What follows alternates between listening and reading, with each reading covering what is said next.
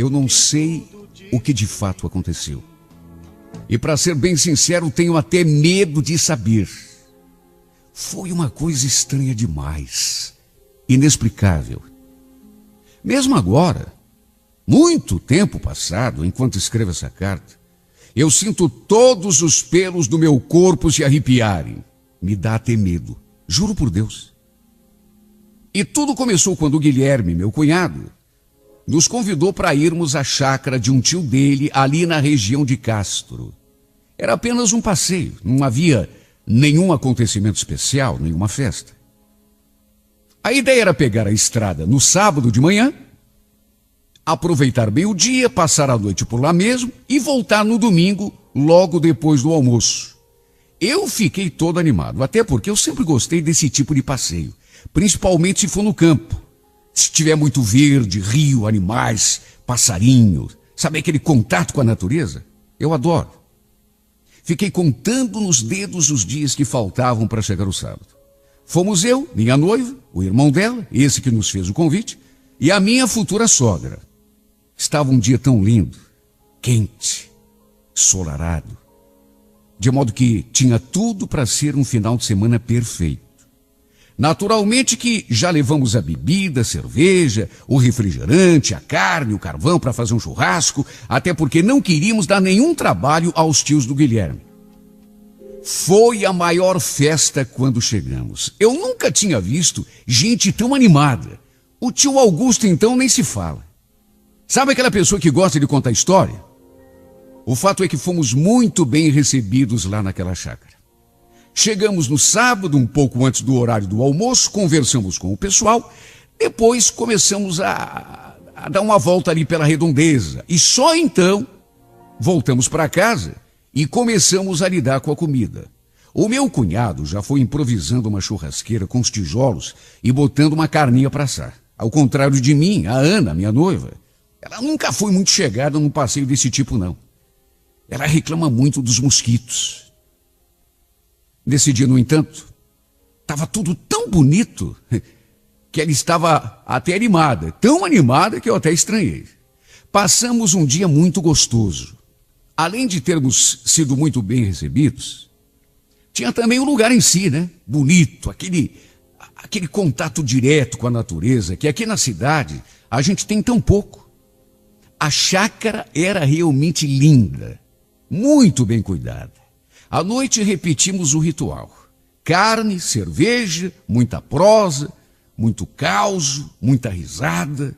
O tio Augusto até nos serviu uma pinguinha colonial que ele tinha guardada. E era uma pinguinha tão gostosa, descia tão macia no estômago, que eu acho até que exagerei um pouco.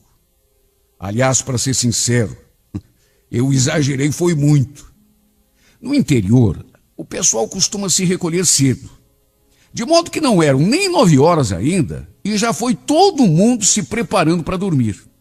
Bom, nessas alturas, a Ana já tinha até ido se deitar. Foi quando o meu cunhado olhou para mim e me fez aquele convite. Escuta, Gilberto, você não quer dar uma voltinha por aí? É muito cedo ainda. Ó, tem um lugarzinho que eu conheço aqui perto que é um show de bola. Quando eu vim aqui do tio, eu sempre dou uma passadinha lá antes de ir embora. Vão lá tomar saideira? Com toda a franqueza, eu fiquei meio na dúvida. Mas será, Guilherme? Sei não. Vai que depois a tua irmã brigue comigo. Mas que briga que nada, rapaz. Ela não tá dormindo? Então, vai brigar de que jeito, se não vai ficar sabendo? A gente vai num pé e volta no outro. O fato é que a minha noiva podia até estar dormindo, mas a minha futura sogra não. Tanto que quando nos viu levantando e tomando o rumo da porta, já foi perguntando. Estão indo aonde vocês, hein? Já tá tarde. A gente só vai dar uma voltinha, mãe. Tomar uma saideira num lugarzinho aqui perto. Mas que saideira, menino? Vocês não acham que já beberam o suficiente por hoje, não? Ela não gostou nem um pouco de ver a gente saindo. Principalmente aquela hora da noite. E claro, principalmente naquele estado, né? Não é que estivéssemos caindo de bêbados, não é isso, mas realmente já tínhamos bebido mais do que o recomendável. Principalmente eu, que não estou acostumado a beber. E depois tem outra. Vai que a Ana acorda e dá pela minha falta. Apesar disso, o cunhado insistiu tanto que eu acabei topando. Ainda convidamos o tio Augusto para ir junto com a gente, mas ele não quis. De modo que, mesmo debaixo do olhar contrariado da minha futura sogra, acabamos indo apenas nós dois. Lembro que era noite de luar. De modo que, apesar da estrada que levava à cidade ser praticamente no meio do mato, não estava assim tão escuro. Depois de algum tempo, meu cunhado parou o carro diante de um bar que francamente me pareceu, digamos assim, meio suspeito. Ou eu estava muito enganado, ou aquele lugar não era simplesmente um bar. Parecia mais, com perdão da má palavra, uma zona. Naturalmente que eu pensei na Ana no mesmo instante. A coitada lá dormindo e eu ali naquele lugar. Ai de mim se ela ficar sabendo. Ainda comentei com meu cunhado. Você tá brincando que a gente vai entrar nesse lugar? Isso aqui não é um inferninho, cara? Aí o que que tem?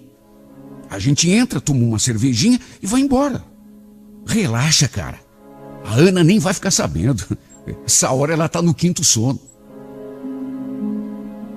Olha, quase não entrei. Quase continuei ali mesmo no carro, esperando que ele fosse lá, tomasse a tal cerveja e voltasse. Só que é aquela coisa, né? Eu estava um pouco embalado por conta da bebida, de modo que, mesmo contrariado, acabei acompanhando o meu cunhado. Até porque, no fundo, ele até que tinha um pouco de razão. Que mal podia haver? A gente não ia fazer nada de errado. Bom, o lugar era uma verdadeira espelunca.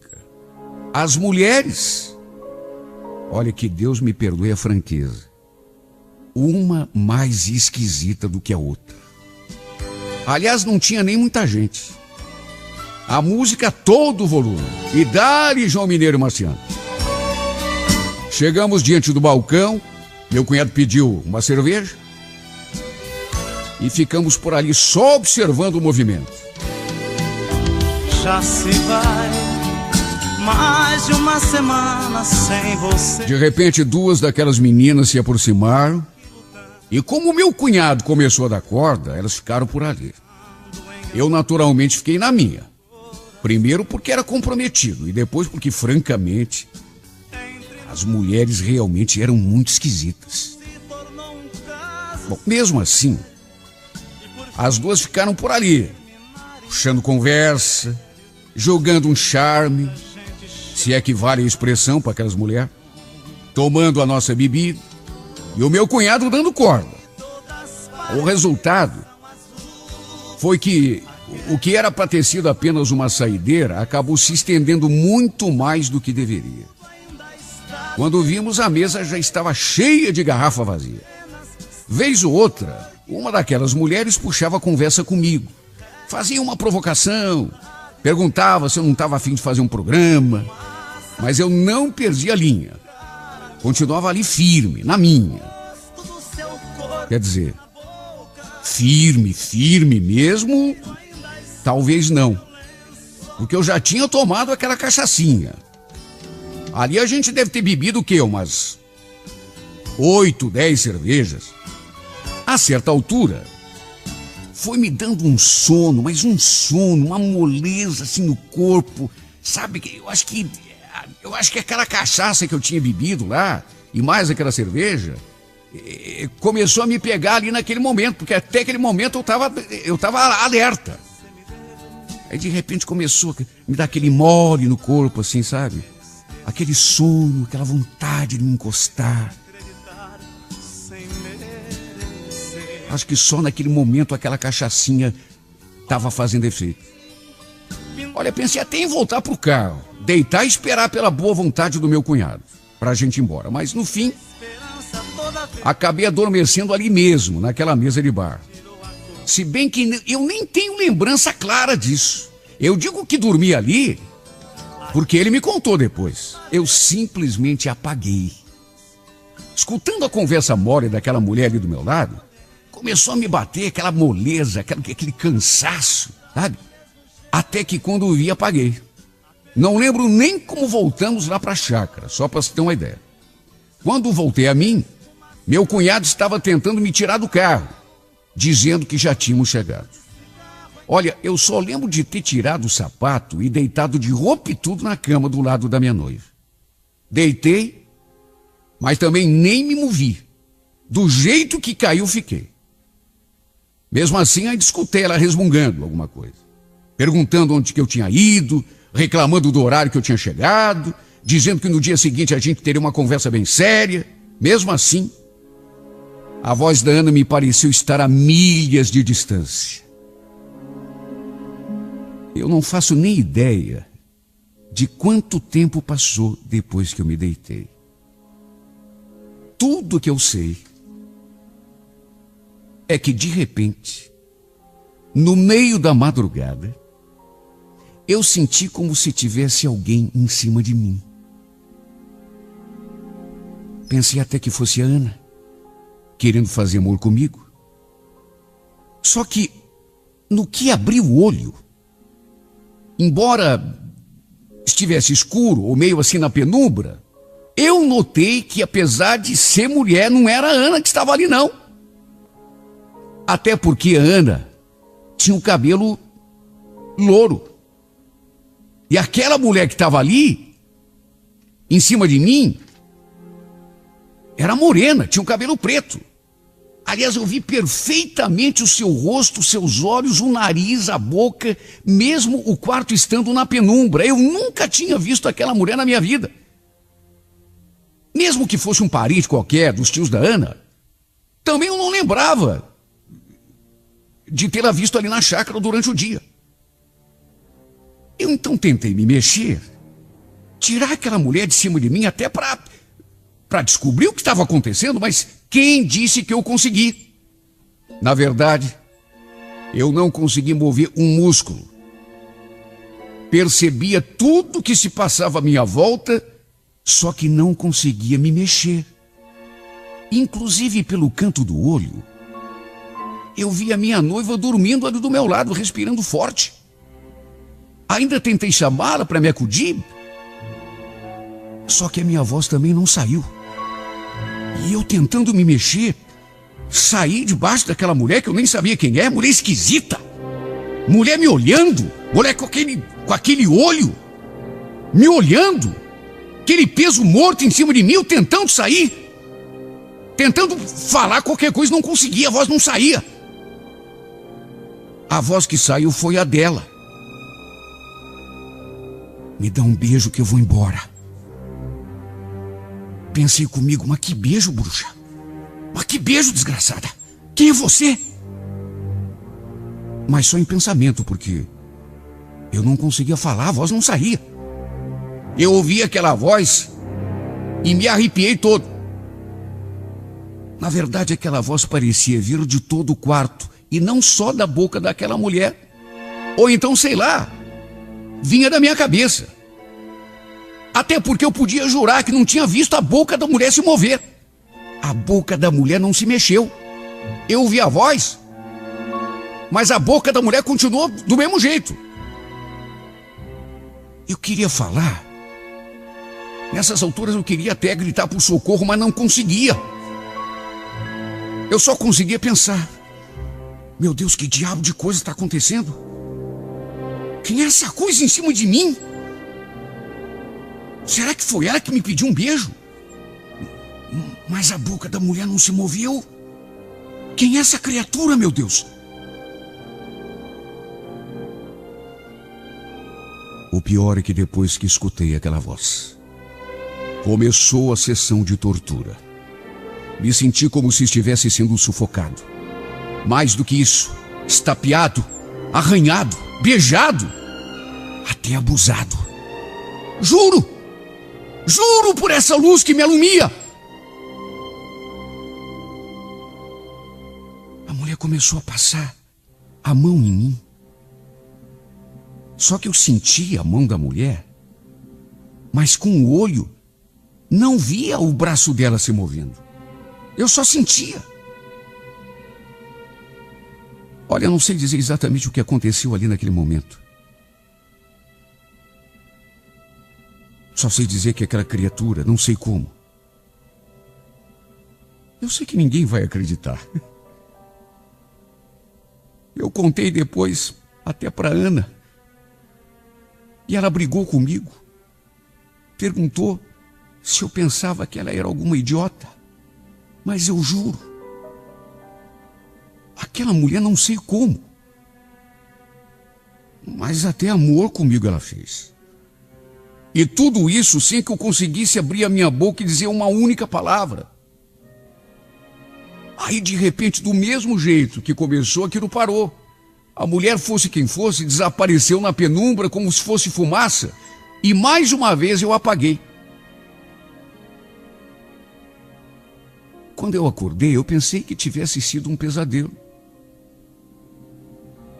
Só lembro de ter acordado no outro dia com a voz da Ana no meu ouvido. O que você andou aprontando, hein, Gilberto? Não finge que está dormindo. Onde que você foi ontem de noite que voltou todo arranhado? O que você está falando, mulher? O que eu estou falando? O que eu estou falando? Faz de bobo! Faz de bobo! Eu estava deitado na cama, de costas para ela, sem camisa, sem a bermuda. E acredite se quiser, até sem a cueca. Juro por tudo quanto é mais sagrado que, apesar de estar meio grogue, eu lembro perfeitamente de ter deitado exatamente do jeito que tinha chegado da rua. Até porque do jeito que eu cheguei, me joguei na cama. Só tirei o sapato e mais nada. No entanto, ali estava eu, pelado.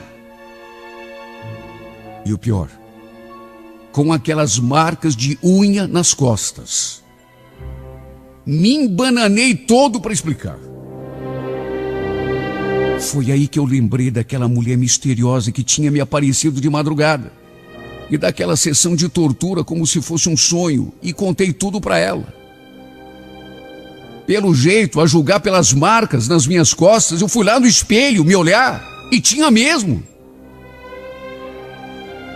Pelo jeito tinha sido mais real do que eu imaginava. Do contrário, eu não estaria com aquelas marcas de unha nas minhas costas. Mas quem disse que a Ana acreditou? Pelo contrário, ela ficou fula da vida comigo. Está achando que eu sou algum idiota, Gilberto? Por onde foi que você andou ontem à noite, hein? E quem foi a vagabunda que te deixou tudo marcado desse jeito? Fala! Mas, Ana, eu juro por Deus, eu tô falando sério, mulher, acredita em mim. Foi aquela mulher que apareceu aqui no quarto no meu sonho que eu te contei. Não teve jeito. Ela não acreditou. Aliás, ninguém acreditou. Todo mundo ficou me olhando com uma cara esquisita. A minha sogra, então, nem se fala. Só faltou me fuzilar. Tudo bem, eu admito que é uma história difícil de engolir. Mas eu juro, eu estou falando a verdade. Ainda tentei botar o meu cunhado no meio para ver se ele me livrava da enrascada, até porque quem tinha me metido naquilo era ele. Ele até que me ajudou, disse que a gente não tinha feito nada de errado. Até porque não tinha feito mesmo. Só que aí, nós dois passamos por mentirosos. Naturalmente que a Ana achou que ele estivesse encobrindo a minha safadeza, sendo que, na verdade, e Deus é testemunha, eu não pratiquei safadeza nenhuma. E o que era para ter sido um final de semana perfeito acabou virando um desastre. Aliás, se dependesse da Ana, nem naquele carro eu entrava mais. Por ela, eu teria vindo embora a pé. A briga foi feia. Ela realmente não acreditou em nenhuma das minhas palavras. E eu não tiro a sua razão. Se estivesse no seu lugar, eu tenho certeza de que também não acreditaria. Mas o que eu vou fazer, meu Deus? Me lasquei. Juro que se tivesse feito alguma coisa de errado, eu assumiria. Mas não posso pagar por um pecado que eu não cometi. Eu acho que pelo nosso tempo de convivência, eu merecia pelo menos um voto de confiança. Mas nem isso ela foi capaz de me dar. Só me restou escrever essa carta e mandar para esse programa, para ver se ela me escuta. Aliás, tem um detalhe nessa história que eu não contei para ela. Aliás, não contei para ninguém. e não comentei com ninguém, porque, sei lá, eu fiquei ainda mais assustado, com medo de que até os parentes dela ficassem revoltados comigo. Antes de virmos embora, eu reparei numa coisa que pelo menos até aquele momento eu não tinha reparado. Na sala, sobre a estante, havia vários porta-retratos. E num desses porta-retratos eu vi uma fotografia que me fez gelar dos pés à cabeça. Era ela. Era o rosto daquela mulher que estava estampado ali naquele porta-retrato. Juro por Deus que era. Quando perguntei para Dona Rosa, esposa do tio Augusto, quem era aquela mulher, ela pegou o retrato na mão, fez assim uma cara de tristeza, sabe? E comentou: essa é a Lourdes, minha irmã. Ela morava aqui com a gente. Morreu já vai para 6 anos. Quando ela falou aquilo, meu cabelo arrepiou. Como assim morreu? Não, ela morreu?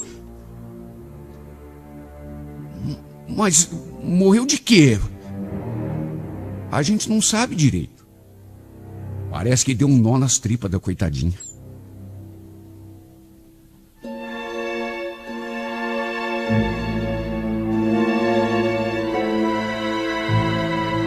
Eu ainda peguei aquele retrato na mão e fiquei olhando para o rosto daquela mulher e não havia dúvida.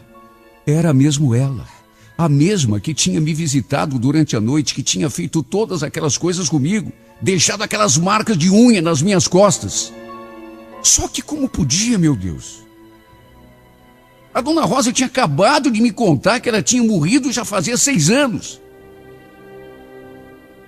O fato é que até hoje me arrepio quando lembro dessa história. Claro que não comentei nada com ninguém. Eu podia até ter usado isso para livrar minha barra com a Ana, mas fiquei com medo de comentar e a família deles ficar ainda mais revoltada comigo pelo simples fato de estar envolvendo alguém que já morreu. E cá entre nós, se alguém me contasse uma coisa parecida, nem eu acreditava. Foi por isso que eu comentei lá no início dessa carta que até hoje eu não sei o que de fato aconteceu. Será que foi mesmo o espírito daquela mulher que ainda vagava naquela casa, que me apareceu no meio da noite e fez tudo aquilo comigo? Só pode. Só pode. Quem mais? Eu ainda perguntei várias vezes pro meu cunhado se realmente eu fiz alguma coisa com alguma mulher lá naquele inferninho onde ele me levou. Porque, para ser sincero, eu não lembro de quase nada. Eu também não posso afirmar com certeza que eu não fiz nada, já que me deu aquele apagão. Quando estávamos só nós dois, ele ficava só me olhando. Não dizia nada. Não confirmava e nem desmentia. Mas quando a Ana estava perto, ele jurava que nenhum de nós tinha feito nada de errado, de modo que nem eu mesmo sei no que acreditar. No fim das contas, o pior aconteceu. A Ana acabou me largando. Falou que não podia continuar sendo noiva de alguém em quem tinha perdido completamente a confiança. Até hoje, ela pensa que eu inventei aquela história, apenas para encobrir a minha safadeza. E, para ser franco, nem eu mesmo tenho mais certeza de nada. Talvez realmente tenha sido só um sonho. Só que como explicar o fato de eu sonhar justamente com aquele irmã da Dona Rosa que tinha morrido? Uma pessoa que eu nunca tinha visto na vida, nem por fotografia. Se eu tivesse visto o retrato antes de acontecer, tudo bem. Só que juro por Deus, só depois é que eu fui ver. Eu sei que essa minha carta não é propriamente uma história de amor. Mas as consequências disso foram as piores possíveis.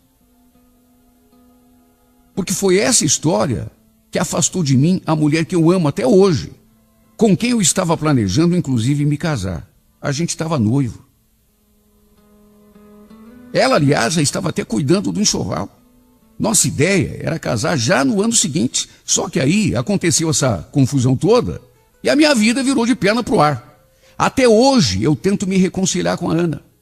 Só que pelo jeito,